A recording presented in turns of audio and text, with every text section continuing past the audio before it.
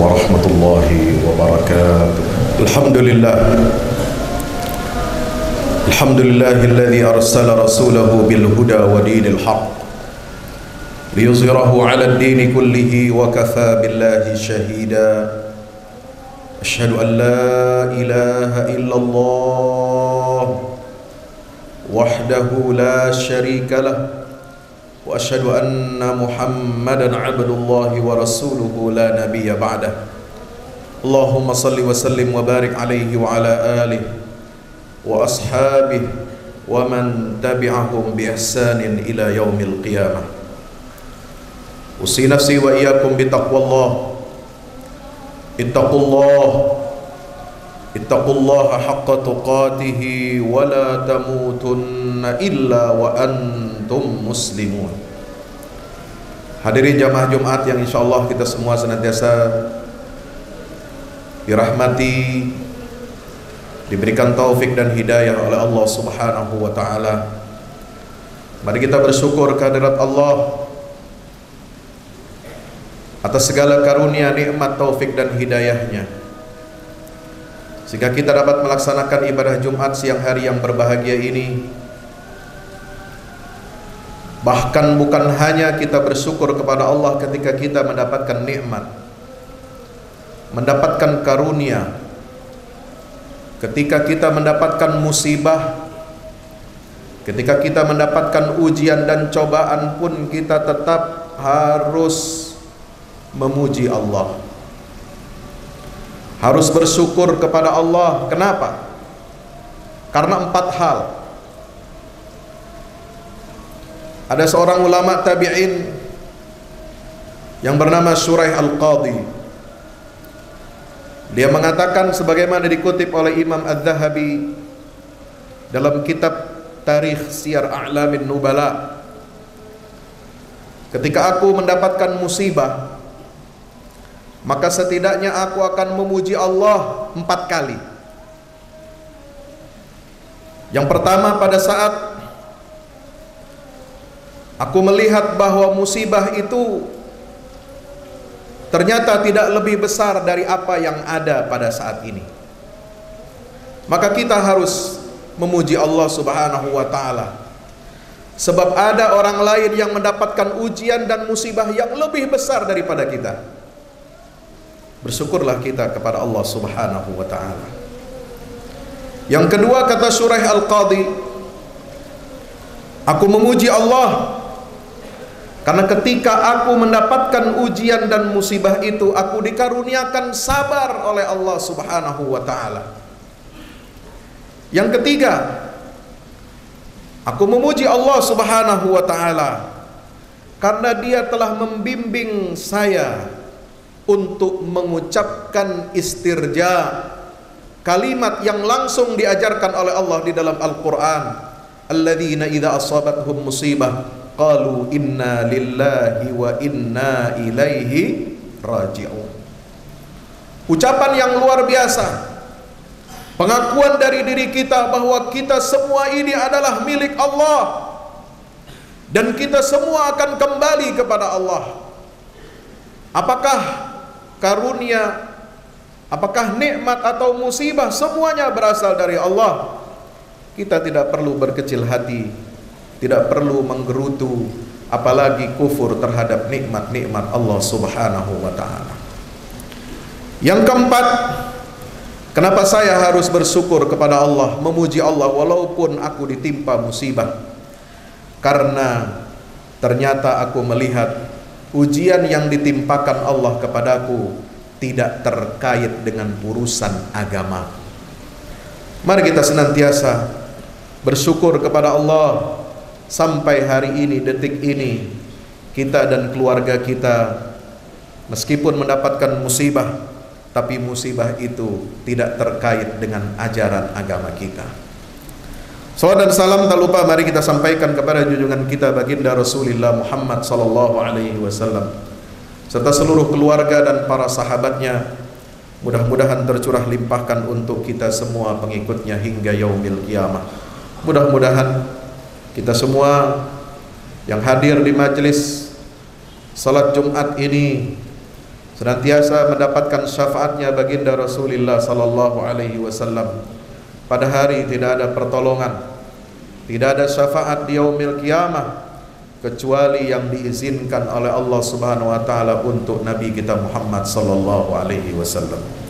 Masyaallah muslimin dirahmatkan Allah. Pada kesempatan khutbah yang singkat ini, saya senantiasa mengajak kita semua dan diri saya pribadi agar mari kita tingkatkan iman dan takwa kita kepada Allah Subhanahu wa taala dengan senantiasa menjalankan semua perintah-perintah Allah dan menjauhi setiap larangan-larangan dari Allah Subhanahu wa taala. Musibah dalam urusan dunia sebesar apapun tidaklah lebih ringan daripada musibah itu kalau terkait dengan urusan agama kita. Apa urusan agama kita? Yang pertama terkait dengan hifzuddin, menjaga pokok-pokok agama. Kalau kita lalai dari menjalankan kewajiban kita sebagai hamba Allah, lalai kita tidak salat, lalai kita tidak mengeluarkan zakat, lalai kita tidak menjalankan ibadah puasa di bulan Ramadan, lalai kita tidak menjalankan ibadah haji ke Baitillah seumur hidup sekali, dan lalai dari ibadah-ibadah mahdoh lainnya,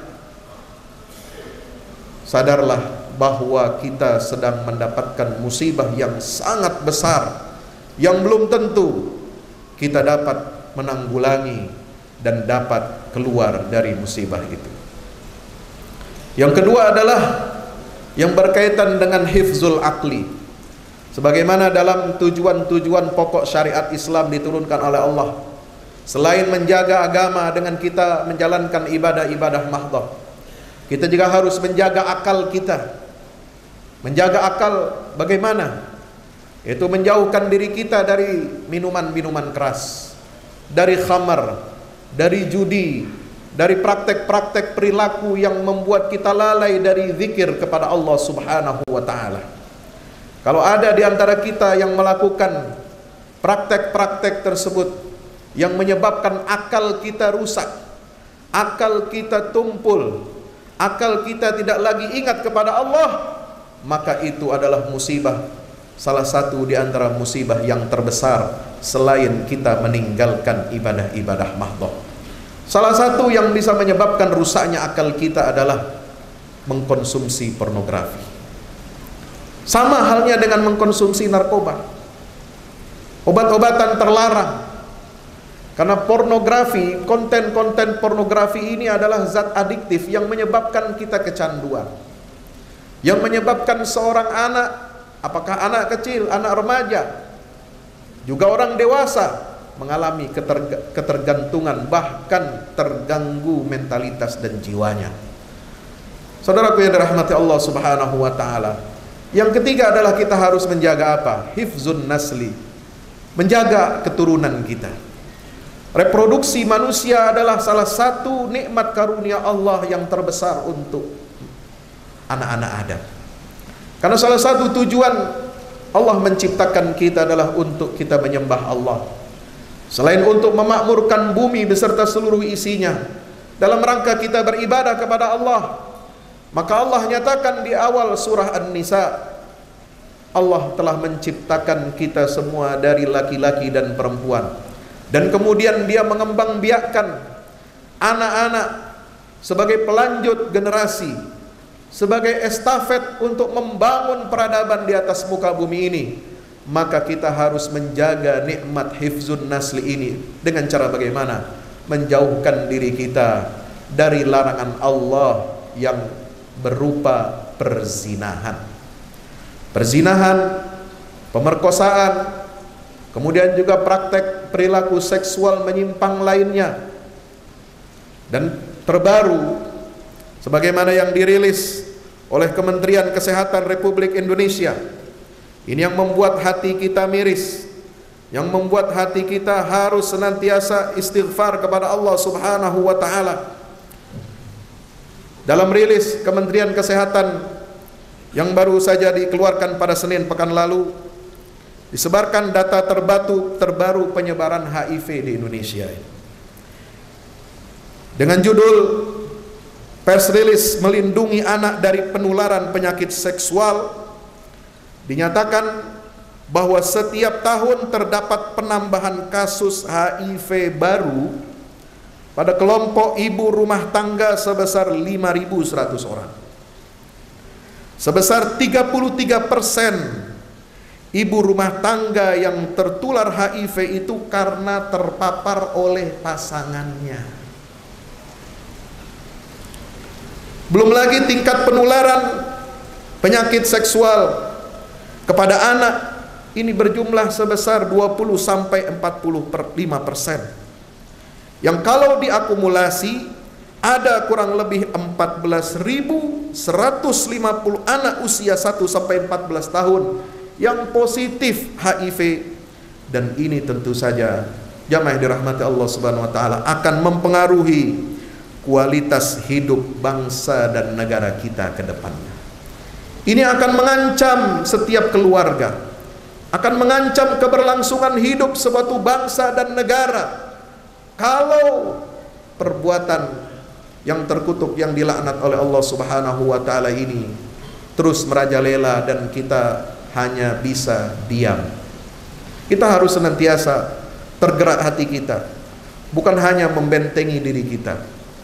Setiap Jumat kita hadir di tempat sholat Jumat ini adalah dalam rangka memperkuat benteng hati kita, benteng jiwa kita dengan ketakwaan kepada Allah Subhanahu wa taala. Salah satu bentuk ketakwaan kita kepada Allah adalah menjauhi semua larangan-larangan Allah yang disebut dengan al-fahisyah. Al-fahisyah ini adalah perbuatan keji yang di dalam Al-Quran perbuatan keji itu diungkapkan di dalam banyak ayat-ayat Al-Quranul Karim. Di antaranya adalah perbuatan zina, wala taqrabuz zina innahu kana fahisyatan wa sa'a sabila. Janganlah kamu mendekati perbuatan zina, kata Allah Subhanahu wa taala di dalam surah Al-Isra 32 itu.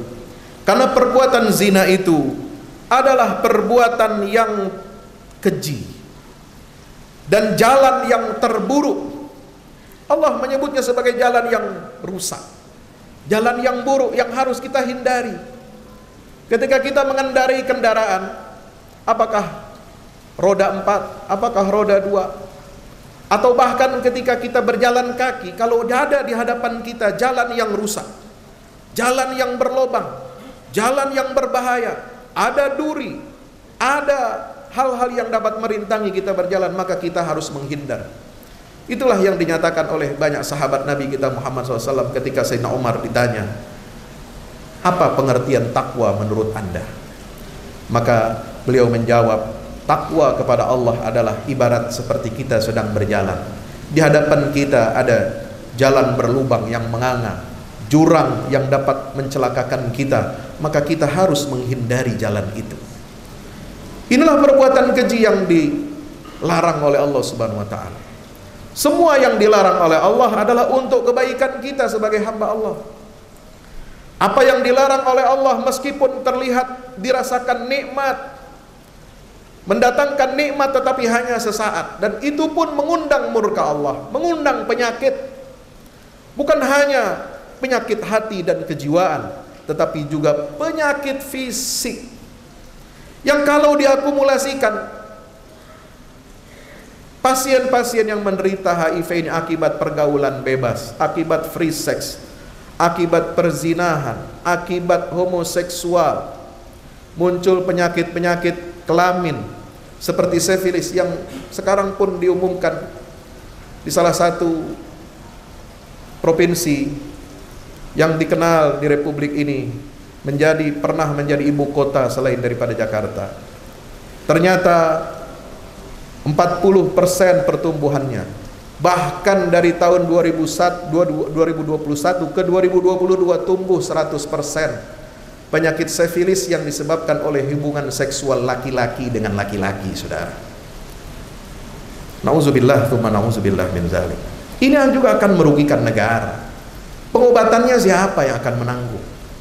Kecuali negara yang harus turun tangan. Dan kita harus menjaga, beramar ma'ruf dan nahi mungkar dari penyakit-penyakit sosial semacam ini.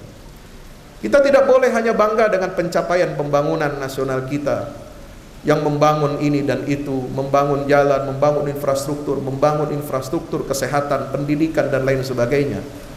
Tetapi juga kita harus membersihkan bangsa dan negara ini dari penyakit-penyakit sosial, karena penyakit sosial ini yang akan menggerogoti hasil-hasil pembangunan nasional kita.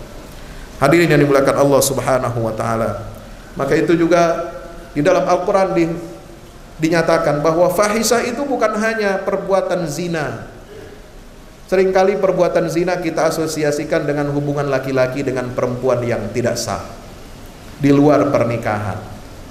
Tetapi fahisah, perbuatan zina itu juga di dalam Al-Quran disebutkan dalam konteks hubungan sesama jenis.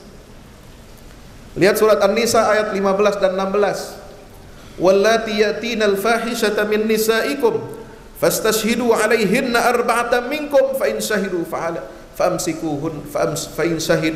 famsikuhunna fil buyuti hatta yatawaffahunnal maut aw yaj'alallahu lahunna sabila. Walladzani ya'tiyaniha minkum fa'adhuhuma fa in taba wa aslaha fa'ridu anhuma. Masyaallah yang dirahmati Allah. Allah nyatakan di situ perempuan-perempuan yang mendatangkan atau yang melakukan perbuatan fahisyah. Kita baru sadar ternyata perbuatan fahisyah dalam ayat ini bukan hanya perempuan berzina dengan laki-laki yang bukan mahramnya, yang bukan halalnya. Tetapi juga di situ disebutkan oleh para ulama pengertian fahisyah adalah perempuan yang melakukan hubungan seksual dengan sesama perempuan. Demikian pula di ayat 16 surat An-Nisa ini Allah menyatakan walladzani ya'tiyaniha minhuma fa'adhuhuma fa in taba wa aslaha fa'ridu anhuma. Dan juga laki-laki, dua orang laki-laki yang mendatangi perbuatan fahisyah. Nauzubillah tsumma nauzubillah min zalik. Maka perbuatan ini harus kita jauhi, harus kita berikan warning, bahkan harus ada hukuman bagi perzinahan, apakah yang dilakukan dengan lawan jenis atau yang dilakukan dengan sesama jenis. Karena ini penyakit sosial yang bisa merusak generasi anak bangsa dan mengancam keberlangsungan hidup suatu bangsa dan negara. Hadirin yang dimuliakan Allah Subhanahu wa taala, tentu kita tidak ingin bangsa kita mengalami hal-hal yang tidak kita inginkan, jauh dari rahmat dan ridha Allah Subhanahu wa taala.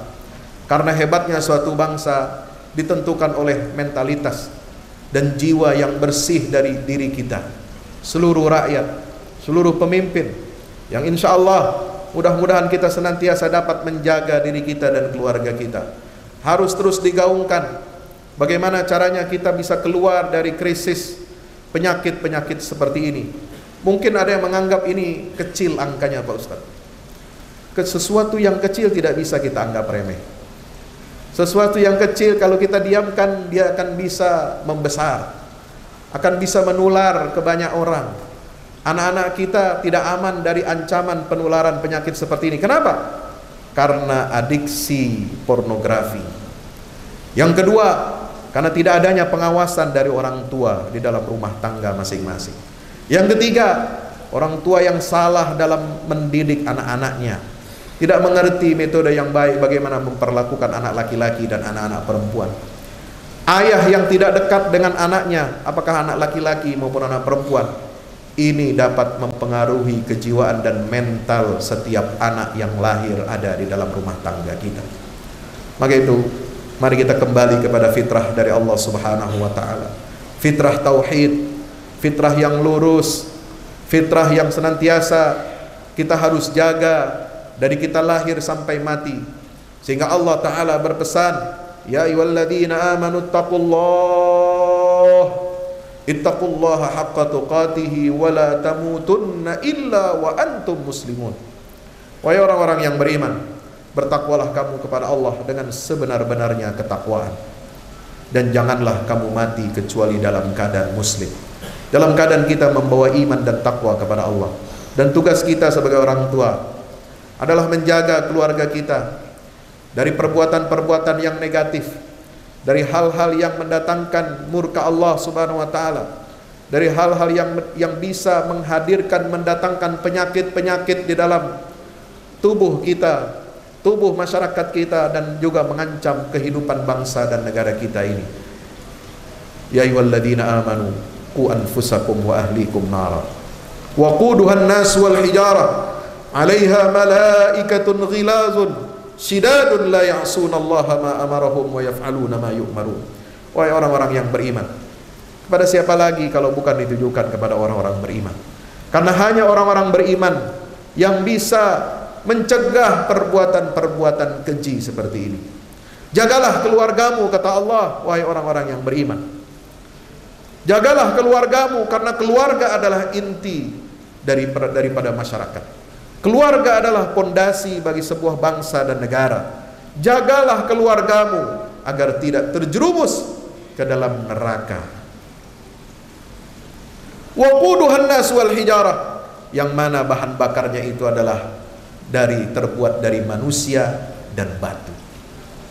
Sehingga tidak aneh kalau Allah mengatakan bahan bakar api neraka itu adalah terbuat dari manusia.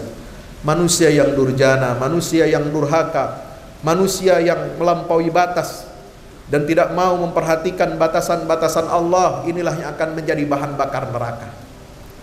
Jangan sampai kita sebagai orang tua menjerumuskan anak-anak kita ke dalam neraka, lalu kemudian anak-anak kita itu menjadi bahan bakar yang akan memanggang kita, orang tuanya, di dalam neraka. Nauzubillah, tsumma nauzubillah min zalik. Mari kita sama-sama tingkatkan iman dan takwa kita kepada Allah Subhanahu wa taala. Takwa dalam diri kita, takwa dalam keluarga kita, takwa dalam kehidupan kita berbangsa dan bernegara, agar Allah turunkan berkah dan rahmatnya sehingga kita mendapatkan baldatun thayyibatun wa rabbun ghafur. Barakallahu li wa lakum fil Qur'anil azim wa nafa'ani wa iyyakum bima fihi minal ayati wa dzikril hakim. Aqulu qawli hadza fastaghfiru innahu huwal ghafurur rahim. Alhamdulillahi wahdah sadaqa wa'dah wa nasara 'abdah wa a'azza jundahu wa hazama al-ahzaba wahdah. Asyhadu an la ilaha illallah wahdahu la syarika lah wa asyhadu anna Muhammadan abduhu wa rasuluhu la nabiyya wa la rasula ba'da. Allahumma salli wa sallim wa barik alaihi wa ala alihi wa ashabihi wa man tabi'ahum bi ihsan ila yaumil qiyamah. Ibadallah, usi nafsi wa iyyakum bi taqwallah. Ittaqullaha haqqa tuqatih wa la tamutunna illa wa antum muslimun. Selain daripada 4 hal yang harus kita lakukan tadi untuk menjaga dan melindungi diri kita, keluarga kita, dan bangsa kita dari hal-hal yang menjauhkan diri kita dari rahmat Allah, maka ada satu hal yang terakhir yang harus kita lakukan untuk terus-menerus beramar ma'ruf nahi mungkar. Harus berterus terang dengan kebenaran. Jangan sampai ada di antara kita tokoh masyarakat, apalagi tokoh agama, yang membenarkan perilaku seksual yang menyimpang itu atas nama kebebasan dan atas nama hak asasi manusia. Itu bukan hak asasi manusia. Kebebasan dalam urusan seksual itu melanggar fitrah dasar manusia yang ditetapkan, diciptakan oleh Allah Subhanahu wa taala. Hak asasi manusia ada tempatnya. Hak asasi manusia untuk hidup, untuk bekerja, untuk bersosialisasi, betul, ada tempatnya. Tetapi kalau kita melakukan pembenaran, justifikasi terhadap perilaku seksual menyimpang, alih-alih bukan dapat menyelamatkan negeri kita, bukan menyelamatkan generasi penerus kita, maka ini akan menjerumuskan negara dan bangsa kita ini kepada kehancuran. Maka itu kita selalu ingat firman Allah, kisah Nabi Lut dan kaumnya yang ada di dalam Al-Quran. Juga disebutkan dengan istilah fahisha. Innakum lata'tunar rijala fahishatan min dunin nisa. Kalian laki-laki suka mendatangi dubur laki-laki. Itulah perbuatan yang terkutuk. Kenapa kalian tidak menggunakan hasrat seksual itu pada tempatnya yang benar, kepada fitrah yang telah Allah ciptakan, Allah berikan kepada diri kita masing-masing. Belum ada kata terlambat bagi kita, dan mari kita senantiasa bertawakal kepada Allah, berikhtiar yang terbaik untuk menjaga dan melindungi keluarga kita, negara dan bangsa yang kita cintai ini, agar terhindar dari malapetaka dan musibah di dunia maupun di akhirat nanti. Allahumma ighfir lil muslimin wal muslimat wal mu'minin wal mu'minat al ahya'i minhum wal amwat innaka ya rabbana sami'un qaribun mujibud da'wat. Allahumma ansuril islam wa izzal muslimin wa ali bi fadlika kalimatil haqqi ila yaumiddin. Allahumma ansur man nasaraddin wa akhdhul man khadhalal muslimin. Allahumma arinal haqqa haqqan warzuqna ittiba'ah وارنا الباطل باطلا وارزقنا اجتنابه ربنا لا تزغ قلوبنا بعد إذ هديتنا وهب لنا من لدنك رحمة إنك أنت الوهاب ربنا اغفر لنا ذنوبنا وكفر عنا سيئاتنا وتوفنا مع الأبرار ربنا آتنا من لدنك رحمة وهيئ لنا من أمرنا رشدا ربنا آتنا في الدنيا حسنة وفي الآخرة حسنة وقنا عذاب النار وصلى الله على نبينا محمد وعلى آله وصحبه وبارك وسلم سبحان رب العزة عما يصفون والسلام على المرسلين والحمد لله رب العالمين وأقم الصلاة.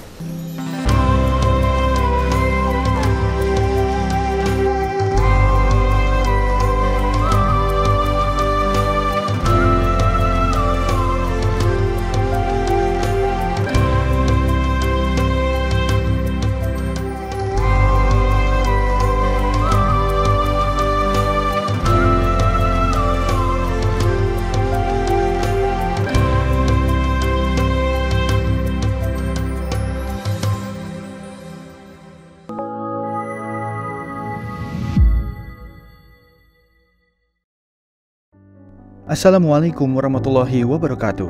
Di zaman dan era global yang semakin menuntut kita untuk terus bergerak, ada kebutuhan yang senantiasa harus kita penuhi dalam kehidupan kita. Zaman di mana segala kebutuhan terasa sangat mendesak. Salah satunya adalah kebutuhan sarana dakwah Al-Quran sebagai pusat peradaban. Al-Fahmu Institute hadir demi menjawab kebutuhan akan sarana dakwah Al-Quran di era masa kini. Kami melihat latar belakang yang ada untuk menjawab tuntutan seperti kebutuhan sarana dakwah Al-Quran yang meningkat di ibu kota, kebutuhan akan pusat pembibitan hafiz Al-Quran, kebutuhan pusat pengkajian Al-Quran, kebutuhan akan pusat dakwah kreatif berbasis Al-Quran, kebutuhan sarana media perekat umat Islam, ibu kota dan Indonesia, juga kebutuhan akan adanya sarana pusat kaderisasi guru tahfiz dan mufasir di ibu kota. Yayasan Al-Fahmu International Indonesia sedang membangun gedung pusat dakwah Quran yang berlokasi di Jalan Pengukiran 3, Pekojan, Tambora, Jakarta Barat. Gedung pusat dakwah Quran ini insya Allah akan menjawab tantangan dan kebutuhan akan sarana dakwah Al-Quran yang ada, seperti yang digagas oleh Direktur Al-Fahmu Institute, Kiai Haji Fahmi Salim MA, yaitu tugas peradaban kita semua adalah untuk berperan dalam menerjemahkan cetak biru peradaban, yaitu Al-Quran, dalam dunia nyata. Kami mengajak jamaah semua untuk ikut dalam perdagangan yang tidak merugi ini, sebagaimana yang disampaikan dalam Al-Quran Surat Fatir ayat 29-30, yang artinya, sesungguhnya orang-orang yang selalu membaca kitab Allah dan mendirikan sholat dan menafkahkan sebahagian dari rezeki yang kami anugerahkan kepada mereka dengan diam-diam atau terang-terangan, mereka itu mengharapkan perniagaan yang tidak akan merugi, agar Allah menyempurnakan kepada mereka pahala mereka dan menambah kepada mereka dari karunia-Nya. Sesungguhnya Allah Maha Pengampun lagi Maha Mensyukuri. Gedung Pusat Dakwah Quran Al-Fahmu Institute terdiri dari 4 lantai, di mana di lantai 1 terdapat Masjid Quran Mulia, dan di setiap lantainya insya Allah diperuntukkan demi berlangsungnya tugas mulia dalam perjuangan dakwah Al-Quran.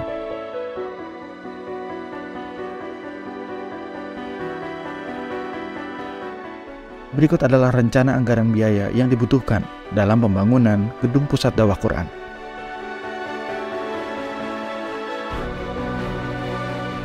Dalam kesempatan yang mulia ini, kami mengajak jamaah semua untuk ikut dalam gerakan sedekah Lailatul Qadar di setiap malam ganjil di bulan Ramadan. Salurkan melalui nomor rekening berikut ini.